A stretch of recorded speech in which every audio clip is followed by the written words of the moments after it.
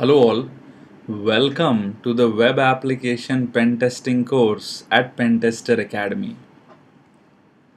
Now this will be a very interesting demonstration of how an LFI combined with a file upload can actually lead to remote code execution.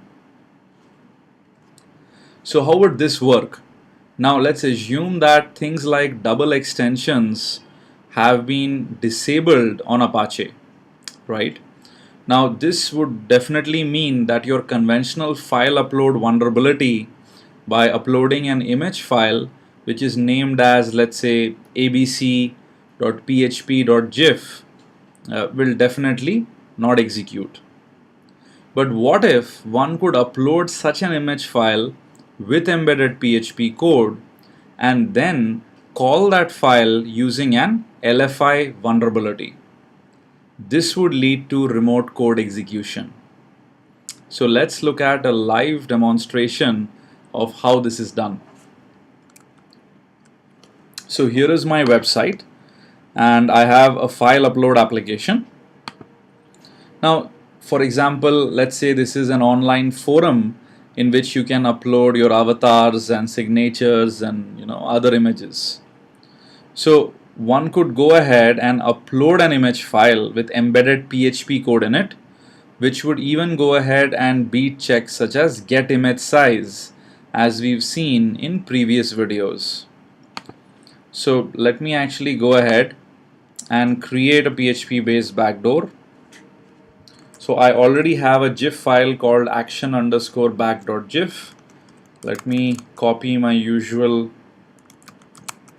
simple web shell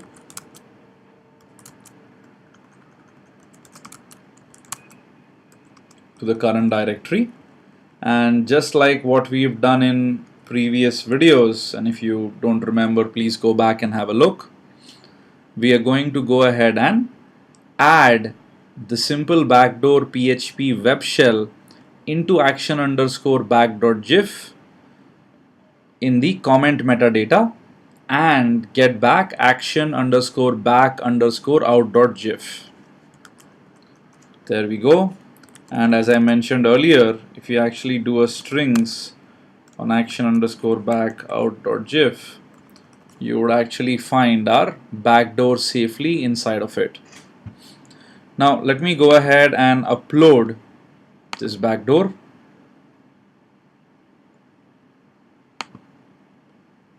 So we'll go in here, action_back_out.gif, click upload, and if you notice, the file has been uploaded, right? And this would be inside the uploads directory.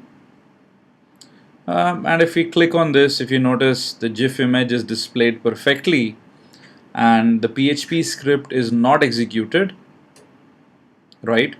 Simply because, of course, even if you had double extensions put for this, you'd actually find that by default on Apache now, double extensions are disabled. So this is just like any other ordinary GIF file. Now, if on the same application you have an LFI vulnerability. So here is the LFI application, takes in page as input, you can put in home, and there you go, right?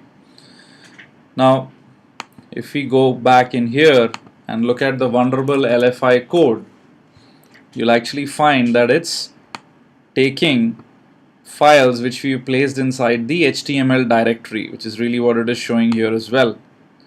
So in such a case, let's say if you wanted to include action_back_out.gif, you would have to go ahead and do a bit of directory traversal. Say one level down in this case, paste this, hit that, right?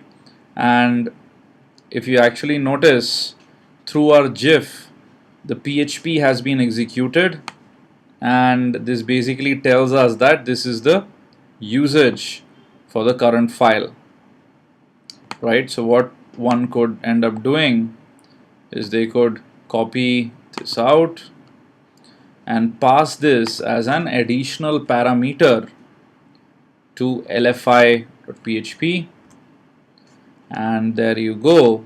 Now we have etc password executed, and now pretty much you have a web shell access on the remote server, right? Fantastic. So as one can see, this is how you could combine an LFI with a file upload vulnerability and get remote code execution of your choice. So I've gone ahead and zipped up this entire directory with all the files in there. Just remember to give the uploads directory right permission, right? So you can go ahead and upload files into it and try this example out. So hope you've enjoyed this video, and if you're having fun at Pentester Academy, then please do recommend us to your friends and colleagues in the InfoSec community. Thank you.